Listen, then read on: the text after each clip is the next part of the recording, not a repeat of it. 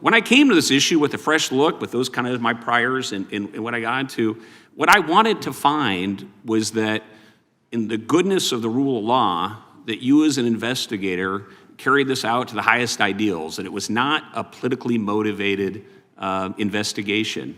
And I think a lot about that in the 250th anniversary of America. I think about what the framers would have thought of this and the state of the rule of law, what makes America special, what checks and balances, what keeps us from being a banana republic. But what I was disappointed to find when I looked into this issue and how you conducted the investigation was that it was a politically motivated investigation determined to influence the election in 2024. And I say that, and the thing I cannot get around as I look into this is the timing that you fought for in when the court cases would be held.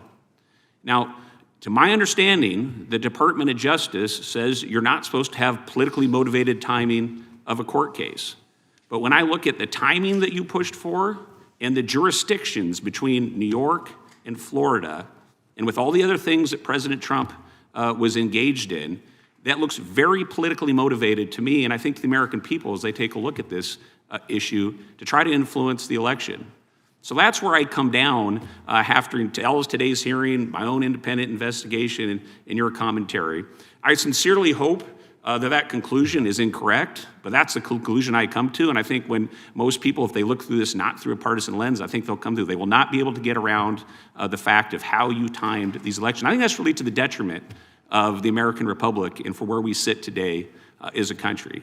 And so my one question for you, Jack Smith, is are you familiar with the Vietnamese city of Bến Tre?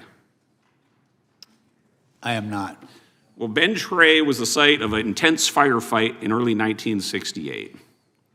And after that intense firefight that destroyed the town, a reporter from the Associated Press interviewed a U.S. major, and he said it became necessary to destroy the village in order to save it. Now, historians do not know what was the name of that U.S. major, but I think when they look back at your engagement with our democracy in this republic, they will remember your name. And when it comes to the rule of law that is the foundation of this country, they will remember someone who helped destroy the rule of law.